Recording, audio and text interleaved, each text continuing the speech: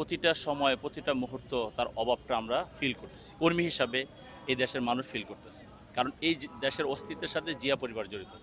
যেরকম ছিলেন শহীদ রাষ্ট্রপতি জিয়াউর রহমান, তদ্রূপ ছিলেন বেগম খালেদা জিয়া। আজকে এই 2025-এ এসে তারেক রহমানের অনুভূতিটা ঠিক সেরকম। তো সেই নেতা দীর্ঘ 17 বছর পরে বাংলাদেশে আসবেন। আমাদের দেশের মানুষের যে উৎসাহ, যে উদ্দীপনা, তাদের যে আকুতি, সেই আকুতিটা প্রমাণ করার জন্য সারা দেশের মানুষ বসে আছে। যে এই 17 বছরে তিনি কিন্তু বসে থাকেননি। তিনি দেশের জন্য কাজ করেছেন, দেশের জনগণের জন্য কাজ করেছেন। একটি বড় ফ্যাসিবাদী এবং স্বৈরাচারী সরকারের পতন ঘটিয়েছেন তার নেতৃত্বে।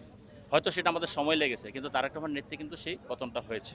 কাজেই সেই নেতা যখন বাংলাদেশে আসবে, মানুষের আকাঙ্ক্ষাটা অনেক বেশি, অনেক ঊর্ধ্বে, আমরা যেটা চিন্তাও করতে পারতেছি না। আপনি মানুষের চোখের দিকে তাকালে আপনি বুঝতে পারবেন, আপনি চোখের ভাষা বোঝেন, আপনি সাংবাদিক মানুষ। কাজেই আমাদের প্রস্তুতি প্রথম থেকেই যেভাবে ছিল, আমরা কি আর প্রস্তুত, আমাদের চেয়ে বেশি প্রস্তুত হলো জনগণ। জনগণ এখন তাদের দিন সইছে না। যেমন আর 24 ঘন্টা পরেই হয়তো তিনি ইনশাল্লাহ আমাদের সামনে এসে হাজির হবেন, কিন্তু সেই হাজির হওয়াটুকু তারা সময় নিতে চাচ্ছে না। তার প্লেন এখন কোথায় আছে, কখন প্লেন ছাড়বে বা কখন প্লেন টেক অফ করবে, এই জিনিসগুলো নিয়ে মানুষের কনসার্ন কিন্তু।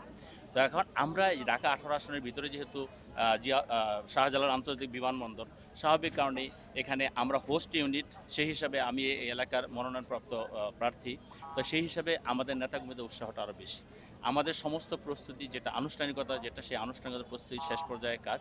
আপনারা দেখেন স্টেজ হয়েছে, আমাদের রাস্তাঘাটে যে উৎসাহের একটা সাজ রব উঠেছে। তো সব কিছু মিলিয়ে ইনশাল্লাহ সব কিছু আমাদের প্রস্তুতি খুবই ভালো।